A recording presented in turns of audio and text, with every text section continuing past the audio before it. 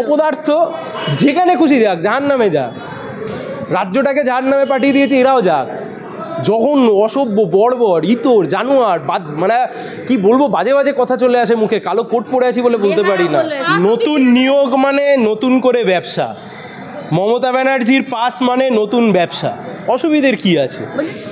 SSC বলছে আমি 11,425 জনের রেকমেন্ডেশন করেছি, বোর্ড 12,946 জনকে অ্যাপয়েন্টমেন্ট দিয়েছে। সরকারের নথি, আমাদের নয়, দুর্নীতি হয়েছে তাটা স্বীকার হয়ে গেছে।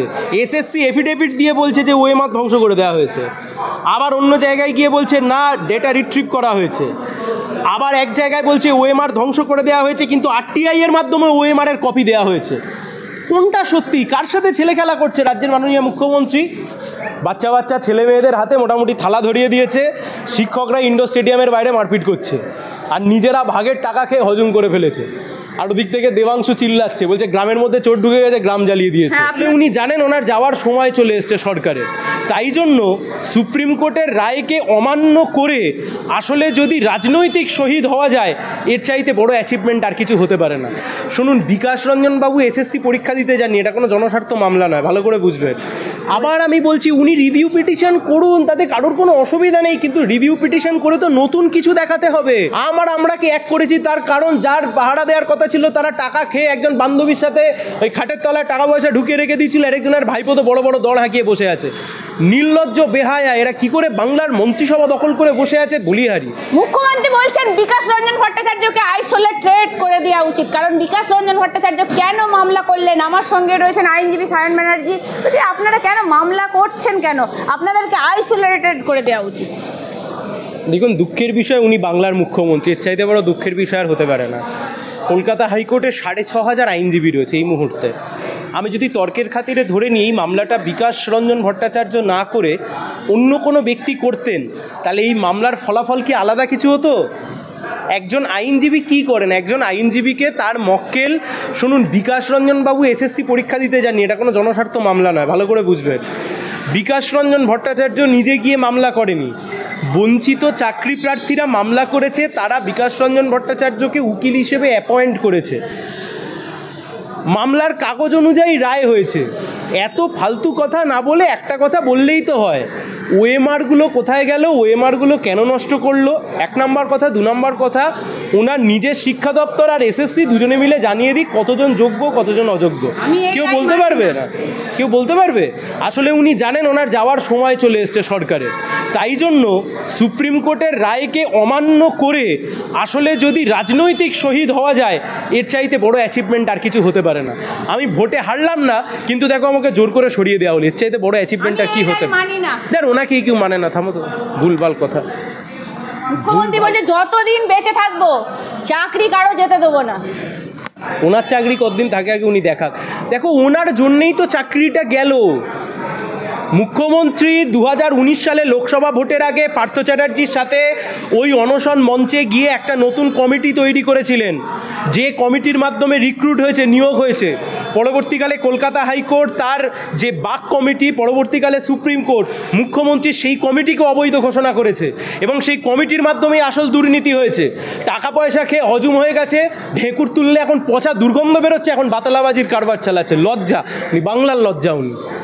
মুখ্যমন্ত্রী বলছেন আবার সুপ্রিম কোর্টে রিভিউ পিটিশন ফাইল করেছে সায়নদা, আবার ওনারা সুপ্রিম কোর্টে যাবে, বলছে বিচারপতিগুলো হয়ে যাদের রায় দিচ্ছে, বিচারপতিগুলো রায় দিচ্ছে।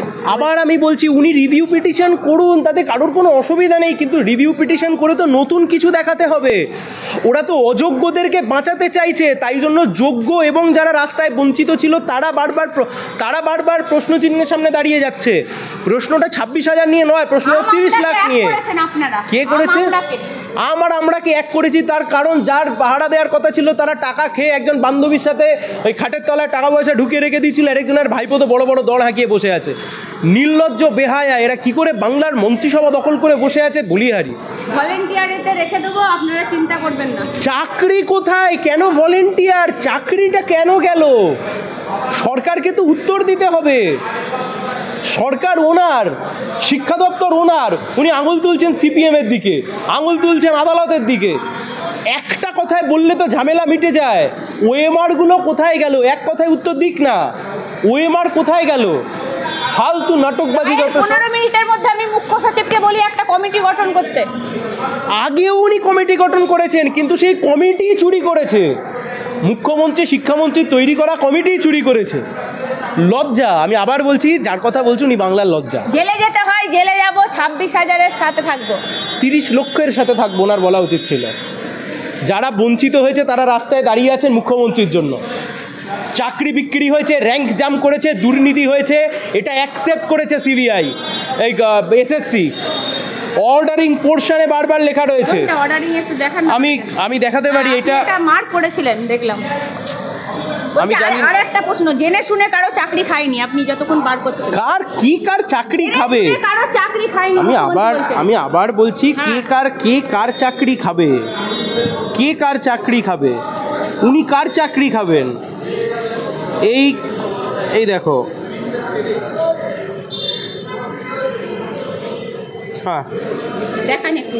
35 নম্বর পাতা, অর্ডারের 35 নম্বর পাতা, 35 নম্বর পাতা আমি পাঠিয়ে দেবো। 35 নম্বর পাতায় এসএসসি বলছে আমি 11,425 জনের রেকমেন্ডেশন করেছি, বোর্ড 12,946 জনকে অ্যাপয়েন্টমেন্ট দিয়েছে। সরকারের নথি, আমাদের নয়, দুর্নীতি হয়েছে তার শিকার হয়ে গেছে। র্যাঙ্ক জাম হয়েছে, যারা চাকরি পেয়েছে তাদের মধ্যে অনেকের লিস্টে ছিল না। কথা হচ্ছে, এই যারা চুরি করে চাকরি পেলো এদেরকে যদি আলাদা করে দিত তাহলে তো অসুবিধা হতো না। এদেরকে আলাদা করবে না বলেই ওএমআরগুলো নষ্ট করে। সরকারকে দেওয়া হয়নি, যোগ্য অযোগ্য সুযোগ বাছাই করার সুযোগ দেওয়া হয়নি সরকারকে, মুখ্যমন্ত্রী বলছেন। আবার উনি মিথ্যে কথা বলছেন। রাজ্যের মাননীয় মুখ্যমন্ত্রী যদি এত মিথ্যে কথা বলেন, মুখে মুশকিলের। এই জাজমেন্টের 31 নম্বর পাতা, এই পাতায় আমি এসএসসির এফিডেভিট দেখাচ্ছি। এসএসসি এফিডেভিট দিয়ে বলছে যে ওএমআর ধ্বংস করে দেওয়া হয়েছে। আবার অন্য জায়গায় গিয়ে বলছে না, ডেটা রিট্রিভ করা হয়েছে। আবার এক জায়গায় বলছে ওএমআর ধ্বংস করে দেওয়া হয়েছে, কিন্তু আরটিআই এর মাধ্যমে ওএমআর এর কপি দেওয়া হয়েছে। কোনটা সত্যি? কার সাথে ছেলে খেলা করছে রাজ্যের মাননীয় মুখ্যমন্ত্রী? বলছে রয়্যাল বেঙ্গল টাইগারের মতো লড়াই করব, এই লড়াই ছাড়বো না। আরে বাংলার শিক্ষকদেরকে রাস্তায় বসিয়ে দিয়ে উনি কি লড়াই করবেন? কি লড়াই করবেন? বাংলা শিক্ষকদেরকে রাস্তায় বসিয়ে দিয়েছেন, আজকে শিক্ষা ব্যবস্থাকে লাটে তুলে দিয়েছেন। আই ডোন্ট কেয়ার, জেলে ভরে দিলেও মুখ্যমন্ত্রীর কোনো কেয়ার করবে। আরে কি জেল এলো কোথা থেকে? জেল এলো? কাজের কথা বলুন। ওএমআর কোথায় গেল? কাজের কথা বলুন। যারা টাকা দিয়ে চাকরি পেয়েছে, কেন আপনি তাদেরকে বাঁচাতে চাইছেন? Don't care, royal Bengal tiger, ভুল ভাল কথা যত সব। না, আমি বলছি, মুখ্যমন্ত্রী বলছেন আপনাদেরকে তো এখনো টার্মিনেশন লেটার দেওয়া হয়নি, তাই আপনারা স্কুলে যেতে পারেন, আপনারা ভলেন্টিয়ারি। চাকরি কোথায়? কেন চাকরিটা কোথায় গেল? আস্ত চাকরি কোথায় চলে গেল? প্রশ্ন এখানে, চাকরি কোথায়? বাচ্চা ছেলে মেয়েদের হাতে মোটামুটি থালা ধরিয়ে দিয়েছে, শিক্ষকরা ইন্ডোর স্টেডিয়ামের বাইরে মারপিট করছে, আর নিজেরা ভাগের টাকা খেয়ে হজম করে ফেলেছে। আর ওদিক থেকে দেবাংশু চিল্লাচ্ছে, বলছে গ্রামের মধ্যে চোর ঢুকে গেছে, গ্রাম জ্বালিয়ে দিয়েছে। আপনারা দিয়েছেন তো? বেচারা ওই গ্রামের চৌকিদার ওর মতো ছিল। আপনারা গোটা গ্রামটা জ্বালালেন কেন? ওই তো গ্রামের চৌকিদার ওর মতো ছিল, ও কালীঘাটের সামনে চৌকিদারি করছিল, মুকুল রায় ঢুকে গেছিল, আর এই চোরগুলো সব ঘুষ খেয়ে ভেতরে বসেছিল। লজ্জা এগুলো আছে কেন? বেরোয় না কেন? অপদার্থ, যেখানে খুশি যাক, জাহান্নামে যাক। রাজ্যটাকে জাহান্নামে পাঠিয়ে দিয়েছে, এরাও যাক। জঘন্য, অসভ্য, বর্বর, ইতর, জানোয়ার, মানে কি বলবো, বাজে বাজে কথা চলে আসে মুখে। কালো কোট পরে আছি বলে বলতে পারি না। একবার আমি রাজনৈতিক দলের বাইরে বেরিয়ে একটা প্রশ্ন করছি, বলছি এই 26,000কে নিয়ে কার্যত খেলা হচ্ছে। মুখ্যমন্ত্রী তার দলের লোকেরা করলো, তাতে ব্যবস্থা না নিয়ে তাদেরকে ডেকে পাঠিয়ে, আমি বলছি কেউ ঢুকতে পারছে না। পাস পর্যন্ত আজকে বিক্রি হয়েছে, এই অভিযোগ আমাদের ক্যামেরার মাধ্যমে উঠে এসছে। সেটা তো নতুন ব্যবসা। আরে নতুন ব্যবসা, এটা মিটিংয়ে যাবে, পাস নতুন নিয়োগ মানে নতুন করে ব্যবসা।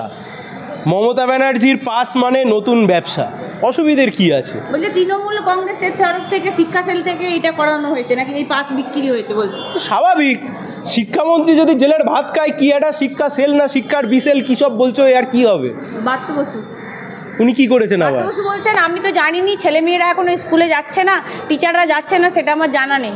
স্বাভাবিক, মন্ত্রিসভার কাজ বাজ ছেড়ে বেশিক্ষণ কালীঘাটে বসে থাকলে এই অবস্থাই হবে।